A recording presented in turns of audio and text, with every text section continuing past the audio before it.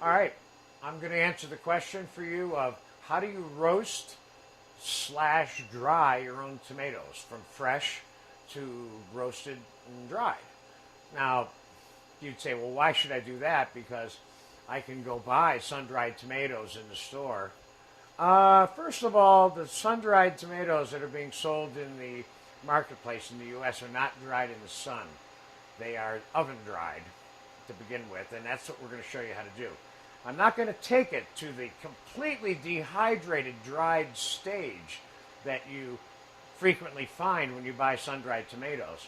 These are going to be less dried, and we're going to cook them in an oven on a sheet pan. And it kind of concentrates the tomato flavor.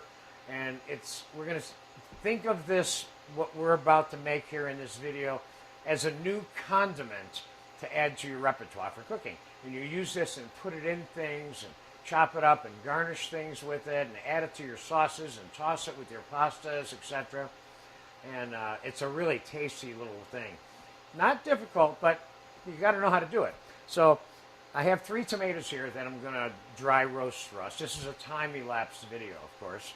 Probably take us an hour to roast them, maybe an hour and a half, maybe 2 hours. Depends what temperature we want to set it on, okay? Important thing to remember is, first, is that you want to cut your tomatoes thick because they need some, as they dehydrate, if they cut them thin, they'll just dry out on you in the sheet pan. We're going to cut up 3 tomatoes.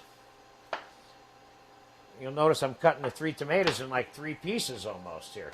Now, you can cut them into quarters if you want, or sixths or whatever. But I think the slices will work best for you. And so there's a few tomatoes on a cookie sheet. Now we're going to season them with a little bit of oil, not too much, because it's hard to dry something when it's completely saturated with oil. And we're going to put a little bit of salt on it. And we're going to keep in mind that as the tomato shrinks and dehydrates, the concentration of salt is going to go up. So you don't want to put too much salt on them unless you want salty dried tomatoes, of course. A little bit of fresh ground black pepper. And I'm going to turn them over and do the same things with the other side. A little bit of oil. A little bit of salt. A little bit of black pepper again. Okay. Now we're ready to go in the oven. Now the question is now, what temperature and for how long? It's like if you put it at a low temperature, you just have to cook it a lot longer, and it may not dehydrate as much, but it will shrink. So, but you can't cook them fast. You can cook them really slow or kind of slow, or maybe a little bit faster than kind of slow, but that's it. You can't cook them in you don't want to cook them in a 350 oven. You want to cook them in a 225 to 250 oven. And then when it's all said and done during the final part of this video, you'll see why, and I'll answer a couple more questions about the temperature and the time. So for right now, we're going to put them in the oven at 250. So this might be an hour, hour and 15 minutes, hour and a half. When we come back, I'll tell you what the time was that elapsed, okay? So for now, we're going to pop them in the oven. And we'll be back in whatever length of time it takes. I'll be monitoring them during that time, and I will bring you up to speed when we get there. So I'll be back in about an hour and a half right now. The tomatoes have been in the oven about an hour and 15 minutes. So I want to show you where they are and what their value is now, and give you a couple of suggestions on that first, okay? Then, after I show you this, and we talk about this for a second, I'm going to put them back in the oven. I'm going to give them another 45 minutes to an hour so they'll be more dehydrated.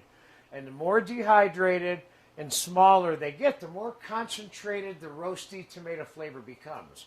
But as they are right now, they can be taken off this pan, chopped, used like they are with basil, olive oil as part of whatever. These have flavor of their own right now, just from the olive oil, salt, pepper. There's no garlic on here, and you would certainly be careful about doing that because you could burn the garlic over the course of time that these tomatoes are cooking, and depending on how long your intention of cooking them was. But this is a stage that they can be fully utilized at, and they have more flavor. So I'm going to put them back in the oven, and I'm going to take them to another level of roasting and drying, and we'll bring that out later, probably in another hour or so. So this is more time elapsed on the tomatoes. So I'll see you in about an hour, give or take. Okay, the final stage of tomatoes. They've been cooking for 45 minutes more than the intermediary version that I just got through showing you.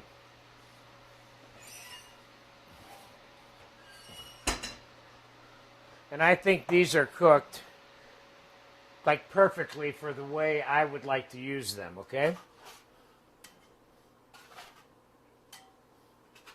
Some of them get stuck a little bit. Don't worry about that. Just scrape them off because these can be chopped.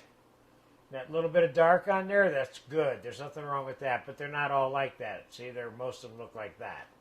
Anything that was a little smaller, like the ones I cut in half, they got a little dark on the bottom there, see? But they're still good. They're not burnt. They're just got a little browning on them.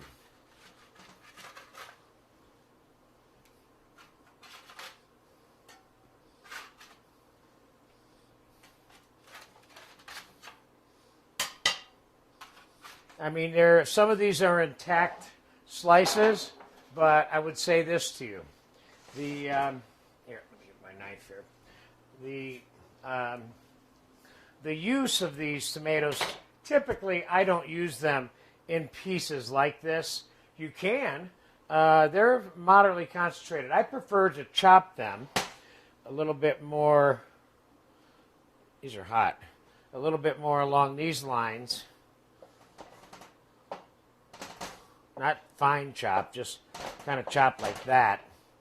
I prefer to do that with them and put them in pasta dishes, or maybe set this like this on the top in the middle for garnish of a finished pasta dish. You could put this with grilled chicken if you want. You can put it with just about anything, including fish, any other vegetables. It's a very diverse, as I would refer to it, as a condiment, okay? For you to have in your repertoire and use it in your cooking to add flavor to things. That's pretty much all there is to say about drying your own tomatoes, unless, of course, you want them dried. And in which case, these tomatoes start out on a perforated half sheet pan or cookie sheet that has holes in it, and it drains the liquid out and they dry more. And you do that at a lower temperature for a longer period of time. That's very easy to experiment with too. You make them once or twice and then you'll know how you like them and how long you want to cook them, okay? So there you have it. Some really neat flavor to add to your cooking. Enjoy this.